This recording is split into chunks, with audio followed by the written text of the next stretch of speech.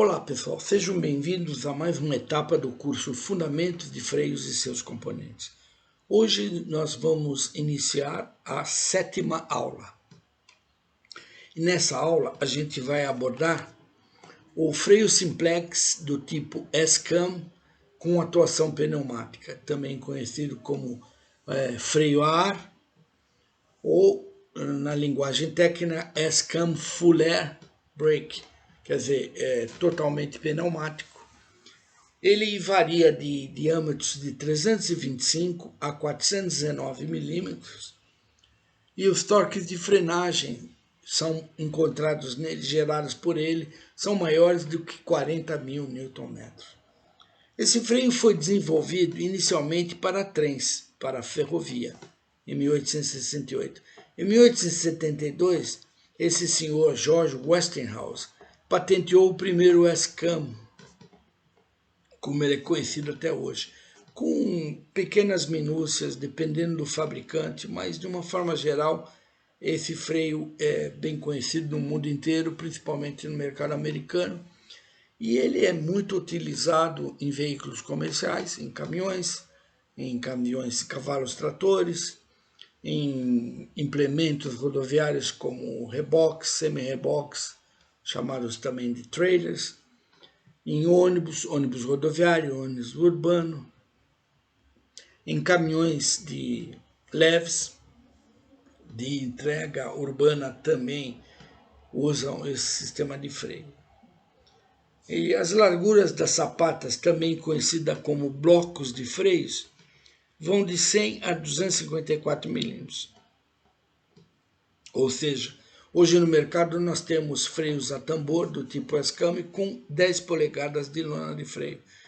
Então a gente pode ter 2 blocos por sapata, ou a gente pode ter um bloco único por sapata, também conhecido como sapatas curtas. Especialmente a linha Scania usa esse tipo de recurso de sapatas curtas no seu freio S-Cam. E aqui o princípio é o mesmo, no sentido de giro do tambor de freio, a primeira sapata após o dispositivo mecânico, ou seja, o S-Cam, é a sapata primária, e a outra sapata, consequentemente, a secundária. Este aqui é um freio S-Cam montado num eixo, provavelmente um eixo de um trailer, ou mesmo um terceiro eixo de um veículo, de um caminhão, do tipo 6x2. Aqui a gente vê o S-Cam, ok? E a gente vai ver em detalhes como é que ele é fixado, as alavancas, os cilindros de atuação, aqui a haste do cilindro, onde é preso a alavanca de freio.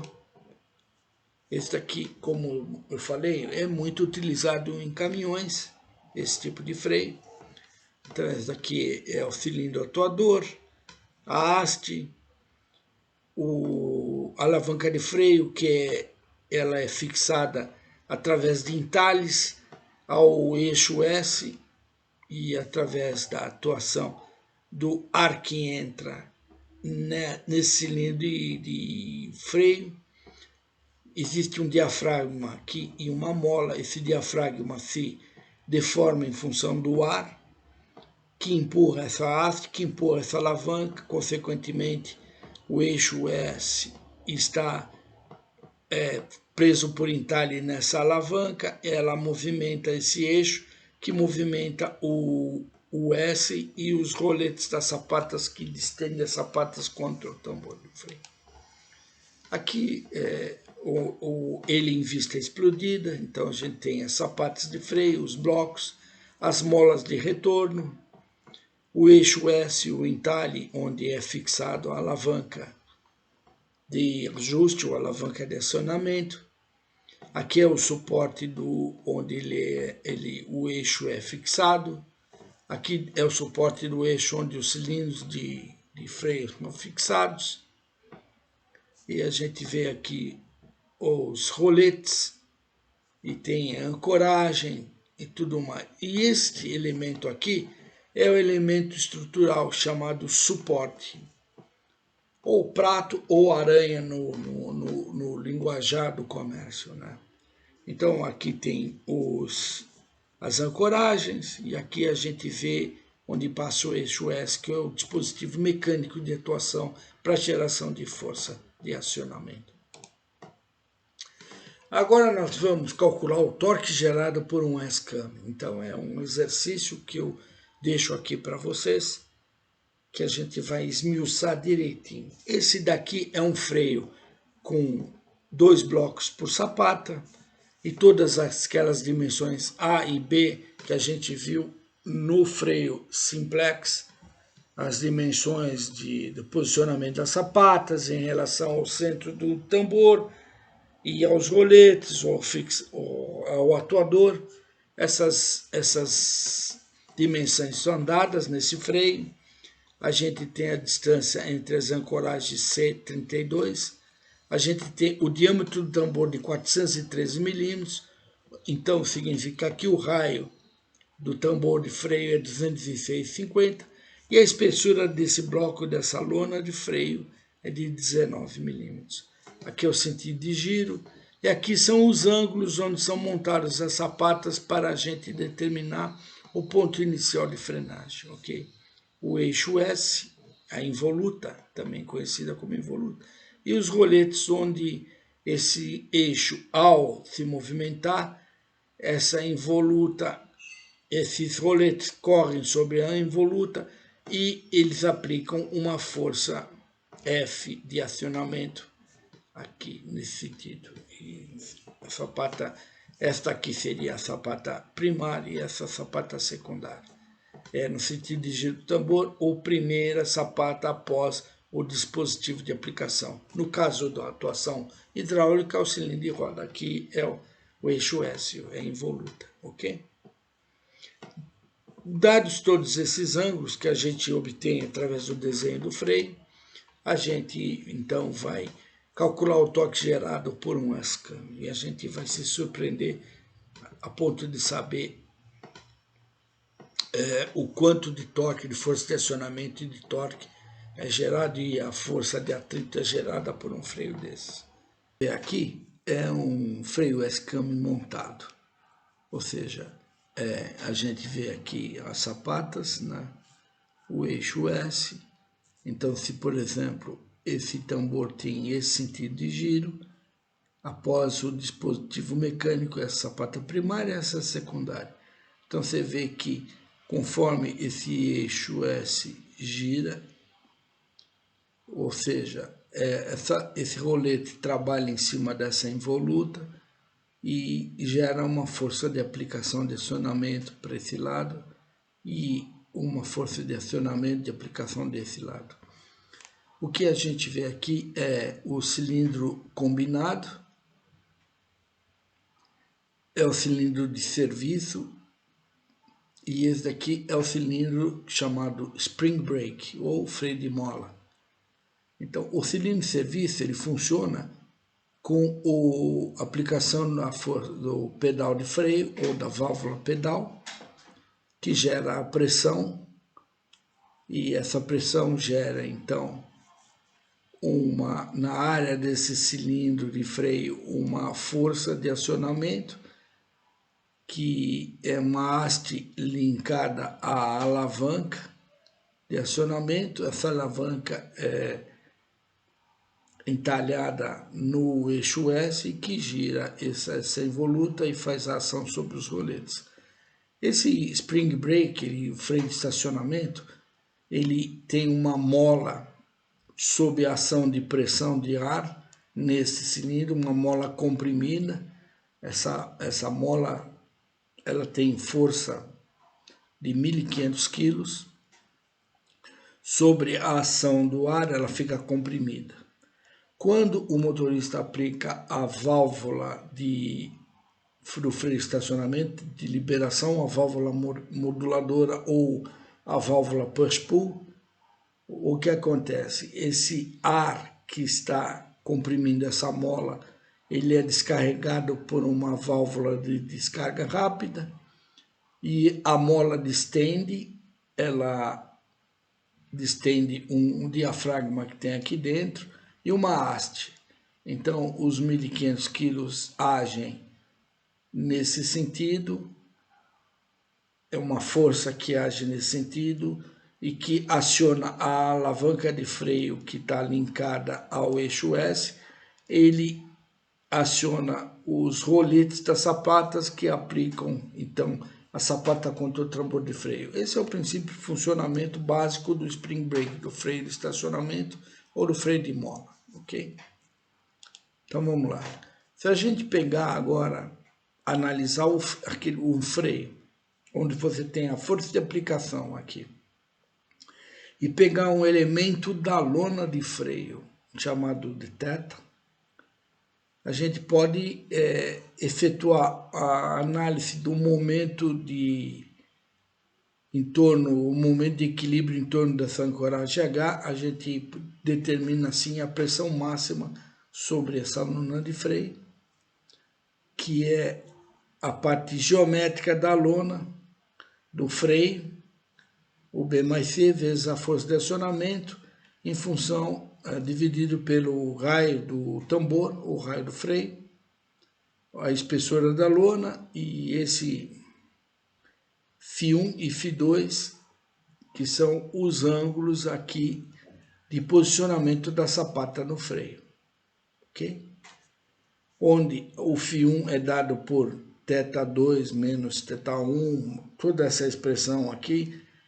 Lembrando que o θ é conhecido pelo desenho do freio, ele tem 28,4 graus, o θ1, e o θ2, 126,4 graus. Então você tem o Φ1 e Φ2 da sapata primária e secundária, o posicionamento delas no freio. Aí a gente pega um elemento primordial da lona de espessura E, ok? E a gente calcula então essa força derivada normal.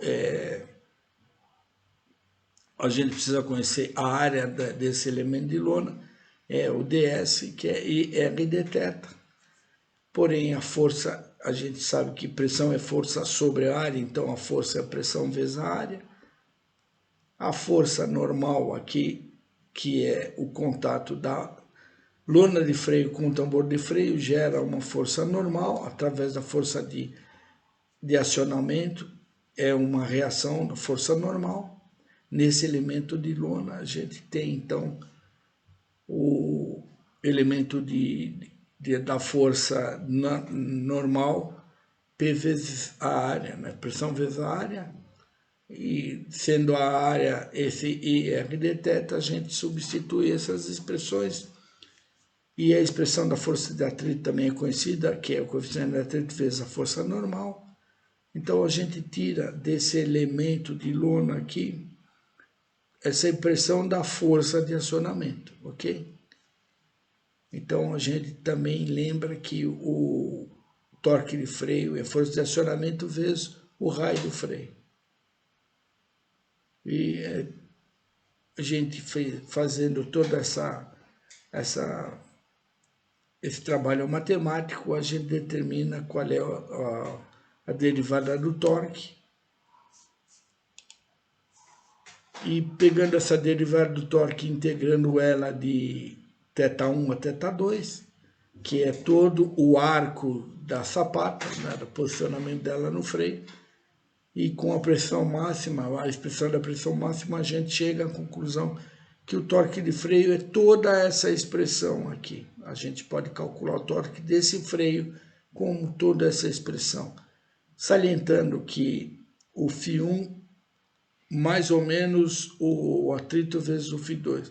Esse mais significa que o sinal positivo é para a sapata leading, tracionada, e o sinal negativo para a sapata comprimida ou trailing shoe, ok? Naquele outro slide a gente viu que o θ1 e o θ2 têm esses valores, então a gente, calculando o θ1, ele entrega esses radianos, e o θ2 integra esses radianos. considerando que esse freio tem uma lona de atrito médio 0,39, o diâmetro do tambor 413 milímetros e o raio efetivo então é 206,50, que é onde haja força de atrito. A gente tem todos os cálculos do θ1 e do θ2, deu essa razão para a sapata primária e esse é o valor do θ2 para a sapata secundária, lembrando que o sinal negativo é porque ela é uma sapata trailing. Então vamos lá, o torque da sapata primária é 0,20,50 da força de acionamento e o torque da sapata trailing secundária é 0,1175 da força de acionamento. O torque de freio é a soma do torque de cada uma das sapatas, então a gente chega a essa conclusão. A gente conhecendo a força de acionamento, a gente calcula quanto é que o freio entrega em termos de torque, né? E a gente tem que agora analisar a involuta. O que é involuta? É o perfil S da mecânica geral. A gente vê que esse perfil S é chamado de involuta. Aqui ele está linkado ao eixo S, né? Esses são os roletes das sapatas, de cada uma delas.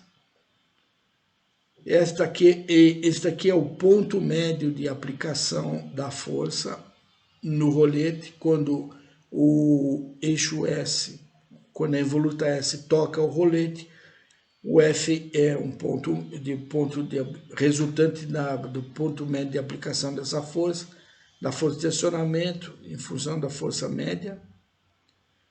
E ele tem um ângulo, essa resultante tem um ângulo de 45 graus, e esse ângulo, a tangente vale 1.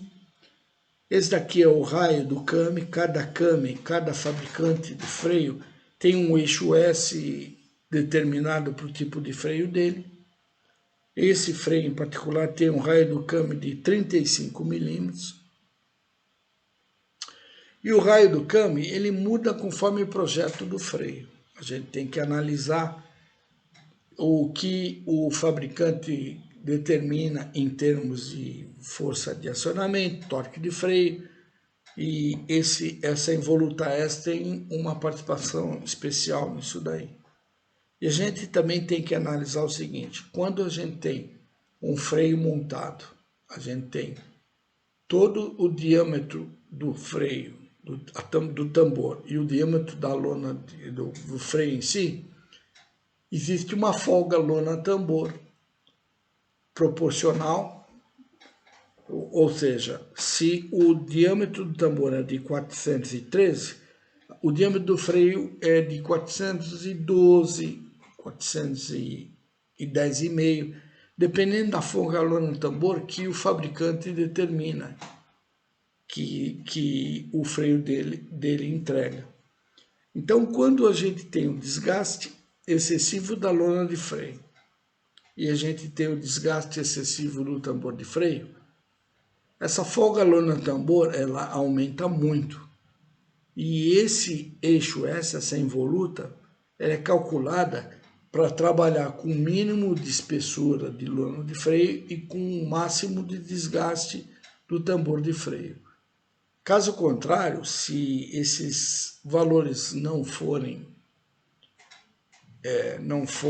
considerados, a gente pode ter o fenômeno de virar o eixo S. Quando você vira o eixo S, você perde toda a efetividade de freio, porque o S não consegue mais expandir os roletes, ele está virado no sistema. Então você perde aquele freio, ok? Então, analisando essa figura, a gente pode verificar como é que funciona a força de acionamento do cilindro sobre o eixo S, ok? Então esse é o eixo S, que aqui é um entalhe onde é presa a alavanca de ajuste ou de acionamento, ok? Que é linkada ao cilindro. Então vamos lá. Este aqui é uma vista de um cilindro de freio de serviço. O cilindro de freio de serviço, ele considera o seguinte: tem a pressão de ar que vem do reservatório de ar do veículo. Essa pressão de ar é acionada pela válvula pedal. Essa válvula pedal tem uma área, um escalonamento de área, então conforme você aplica a válvula pedal, você não sente resistência, porque esse sistema é um sistema aberto, o ar é compressível. É diferente do teu carro com atuação hidráulica, que o fluido de freio é incompressível. Então você sente a resistência do fluido de freio, porque é um sistema fechado, ou seja, do cilindro mestre até os cilindros de roda do freio hidráulico, é tudo fechado, certo? Não pode entrar ar, porque senão você perde a efetividade de freio. Aqui é o contrário, você não sente uma resistência. Você vai apertando a válvula pedal, a válvula do freio, e só sente a resistência quando chega na tábua.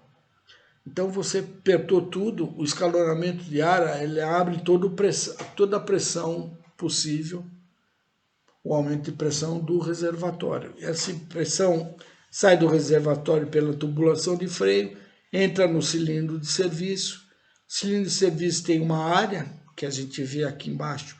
Cada cilindro do eixo dianteiro tem 12, 14, até 24 polegadas quadradas. Então a pressão, força sobre área, certo? Então a força é pressão vezes área, então a pressão vezes essa área do cilindro gera uma força nesta haste do cilindro. Esta força nesta haste do cilindro, pelo tamanho da L da alavanca, gera um momento de torque. Esse momento de torque, pelo raio do came, dessa involuta, gera a força de acionamento, que a gente chama de força na ponta do freio, ok? Então a força de acionamento para esse tipo de freio S-came de torção pneumática é a força na ponta do freio. A pressão, então, a gente vê que PL é pressão de linha, vem lá do reservatório de ar, área C, área do cilindro de freio, L é o comprimento dessa alavanca de ajuste, de acionamento, e o RC é o raio do came. E cada fabricante tem um raio do came. Esse, em particular, é 35 milímetros. Cada cilindro de freio de serviço ele tem uma área em polegadas quadradas. Esses cilindros que eu dispus aqui são os mais comuns do mercado. Então, você tem, às vezes, um caminhão com o cilindro de freio do eixo dianteiro de 16 e o cilindro de freio do eixo traseiro pode ser de 16 também, de 20, 24, depende do balanceamento e do torque de freio, da participação de frenagem que o fabricante do caminhão quer para cada um dos eixos, o eixo dianteiro, eixo traseiro. Via de regra, um veículo comercial tem a participação 45-55, ou seja, 45% do freio está no eixo dianteiro e 55% toda a frenagem está no eixo traseiro. Isso você modula em função do próprio cilindro de freio de serviço equipado em cada freio de roda, ok? É assim que é feita essa modulação, essa participação de frenagem. E também com válvulas de antecipação pneumática. Você pode jogar um pouco mais de pressão no eixo dianteiro do que no eixo traseiro, como se faz, por exemplo, em caso de ônibus, você gera uma antecipação de pressão, um ΔP, e pode abrir primeiramente o eixo dianteiro, acionar o eixo dianteiro ao invés do eixo traseiro, para você ter uma maior economia de lona de freio, no caso de ônibus urbano e tudo mais, né? E assim você faz todo esse balanceamento, ok? Então vamos lá. Se a gente pegar esses cilindros de roda, os cilindros de serviço pneumáticos, pegar um de 20 polegadas quadradas, para uma pressão de linha de 4 bar que sai através do acionamento da válvula pedal, libera 4 bar de pressão de linha dos reservatórios de freio. E você tem alavancas do mercado que vão de 130 até 165,10 milímetros. Então, dependendo do torque de freio, dependendo do fabricante, você utiliza o recurso de uma alavanca. Quando você quer mais torque, porque em função daquele LA, você gera um maior momento torsor ou não, certo? Aqui. Força de acionamento, aumentando o cilindro, você gera, pela mesma pressão, você tem uma área maior, então você gera uma força de arraste maior. Aumentando a alavanca, você gera um momento torsor maior, então a força de acionamento na ponta do freio vai ser maior, certo? Então vamos lá, se a gente pegar uma alavanca de 145, que é uma alavanca básica e conhecida de muitos caminhões Mercedes-Benz. O Mercedes-Benz com freio pneumático, grande parte usa 145 milímetros de alavanca. Um cilindro de freio de serviço de 20 polegadas quadradas numa alavanca de 145 com uma pressão de linha de 4 bar gera uma força de acionamento na ponta do freio de 2.138 kg-força, ou 2 toneladas força. E assim vai, mediante você vai ampliando o seu cilindro de serviço e a sua alavanca, você vai podendo chegar até 4 toneladas força de acionamento. Então, como que se calcula agora a força tangencial, força de atrito, conhecendo a força de acionamento do nosso exemplo? Cilindro de 20, 4 bar de pressão de linha e uma alavanca de 145 milímetros. Então, a gente conhece que deu 2 toneladas força de acionamento. Da figura do freio simplex hidráulico, a gente tira o fator de freio dianteiro da sapata, o fator de freio da sapata primária e o fator de freio da sapata secundária, que é um número adimensional porque é força, razão de força sobre força. Força de atrito no raio efetivo dividido pela força de acionamento, ok? Que geometricamente a gente conhece essas relações do freio. Então, no nosso freio, que ele tem 155 milímetros de A e cota B 150 e o C 174,5, com nível de atrito médio da lona de freio deste freio de exemplo, 0,394, força de acionamento a gente calculou aqui, a gente chega aqui a força na sapata, força de atrito ou força tangencial na sapata primária, na leading, é de 2,9 toneladas força. E na sapata secundária, a força de tangencial é de 1 tonelada força. Qual é a implicação de forças de acionamento e forças de atrito tão grandes assim num freio desse porte? A implicação é que, se você não tiver bem estruturado o teu tambor de freio, ou seja, a gente repara aqui uma fratura de um tambor de freio, uma foto tirada numa estrada. Se você pegar uma estrada e começar a perceber na faixa da direita, às vezes, alguns calombos na estrada são pedaços de tambores que quebram por acionamento, por desgaste. Então, às vezes, o caminhão é obrigado a dar uma frenagem muito brusca, uma taxa de desaceleração brusca, em função da inércia, da própria inércia, e dessas forças de acionamento geradas de 2 toneladas e forças de atrito de 2,9 toneladas força, se você não tiver com a espessura do tambor em dia, esse daqui está bem desgastado, a gente pode notar, o que acaba acontecendo é que há a fratura do tambor. Tanto por o efeito estrutural de efeito de força, como também com o efeito de deformação térmica. E a gente vai ver mais para frente todo o problema de deformação térmica em tambores de freio, ovalização, que pode gerar a torção de sapatas, a parte de efeito rosca, quando o tambor é mal usinado. Então a gente vai ver exclusivamente, quando eu falar de tambores, quais são os efeitos de tambores fora da espessura de utilização, fora da espessura útil de emprego do tambor de freio. A gente tem que analisar que o tambor muito fino, ele tem uma tendência a dilatar muito mais com a ação de temperatura.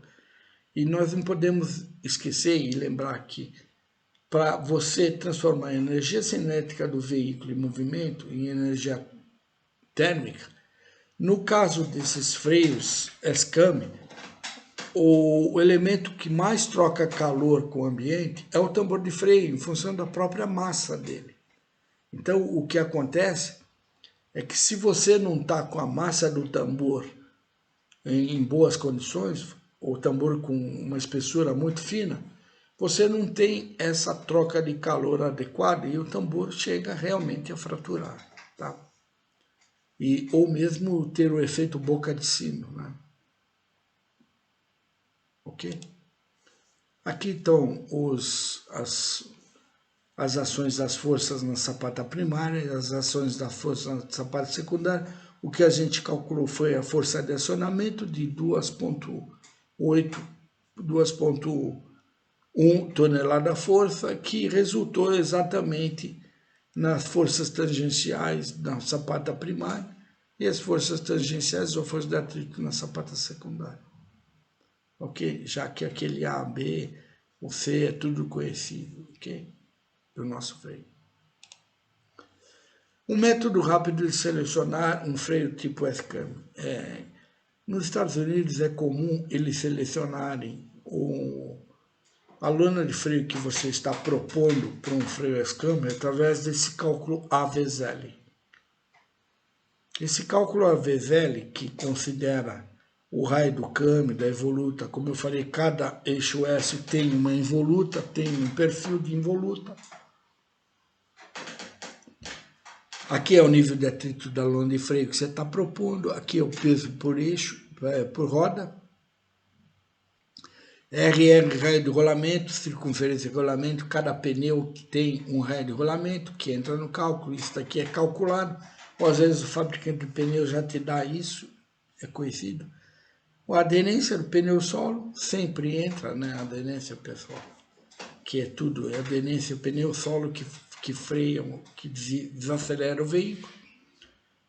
O raio do tambor, ou raio efetivo, e a pressão, né, de linha de ar no cilindro de freio, ok? Então, o que ele faz? Dependendo, ele tem os cálculos de A vezes L de um freio S-Cam que ele conhece, de um determinado veículo, de um determinado eixo ou de uma determinada carreta. Então, ele conhece esse A vezes L pelo fabricante do próprio freio S-Cam. Aí você propõe o nível de atrito da lona e ele coloca o nível de atrito da lona nessa forma e ele vê se ele atende o A vezes L. Se não atender, você está fora, ele não te compra. Esse é um exemplo de raio de rolamento de pneu. Aqui é o raio de 17 polegadas, uma roda 235/75 R17 significa que a largura do pneu é 235, a altura é 75% da largura e o diâmetro da roda, 17,5, ele entrega 2.430 milímetros de raio de rolamento. Aqui é a circunferência de rolamento. O raio de rolamento é metade disso, né? Certo? Então vamos lá. O AVZL, o que significa o AVZL? É o brake chamber, que é o cilindro de serviço, tem uma área, como eu falei, ele tem um diafragma, a pressão de ar entra por esse cilindro, ele deforma o diafragma, tem uma mola, essa pressão empurra o diafragma, consequentemente, o diafragma está linkado a um prato lá dentro e esse prato tem uma haste. Esta haste empurra esse L de alavanca que gera um momento, certo? Um momento aqui que gera, em função desse raio de câmbio, a força de acionamento sobre os roletes, que é a força na ponta do freio. Então, esse A vezes L é exatamente isso daqui. O que acontece com essas alavancas? Existem dois tipos de alavanca. A alavanca de ajuste automático, que é bem comum, porque evita de você fazer a manutenção, de você regular a lona, da folga lona tambor com frequência, principalmente em função do desgaste. Então você tem que vir nesse parafuso, na alavanca manual, e ir corrigindo, apertando aqui, corrigindo esse stroke da alavanca, né? Esse deslocamento da alavanca para manter a lona folga, lona tambor. Cada freio tem uma folga lona tambor. Ele varia de 0,7 milímetros, 1 milímetro, 1,2, dependendo do freio, dependendo do fabricante, ele determina, projeta uma folga lona tambor. Essa folga lona tambor ela é corrigida com a alavanca de ajuste automático. Como acontece isso? Com o desgaste da lona de freio, com o desgaste do tambor de freio e com antigamente acontecia muito de o tambor de freio ficar muito fino e você ter deformação térmica. Então, como as forças de acionamento são muito altas, a gente viu que a força de acionamento chegava a 2 toneladas, isso daqui empurrava o tambor de tal forma que ele se deformava. E a alavanca, ela sobreajustava para manter a folga lona tambor. Isso era muito comum em ônibus urbano, principalmente no eixo traseiro, quando você tinha dilatação térmica, porque o ônibus para a cada 800 metros, 600 metros, né? Depende de onde está o ponto. Aí é calor gerado pelo atrito e tudo mais, deforma o tambor, a alavanca sobreajustava e fazia o fenômeno de drag, ou seja, ocasionava um torque no freio que acabava desgastando a lona de freio. E também tem outro fator a deformação térmica do tambor, ele se deforma termicamente no seu diâmetro. A alavanca sobreajusta para manter a folga no tambor. Quando o motorista para o veículo, o tambor esfria, volta à condição normal e trava o freio.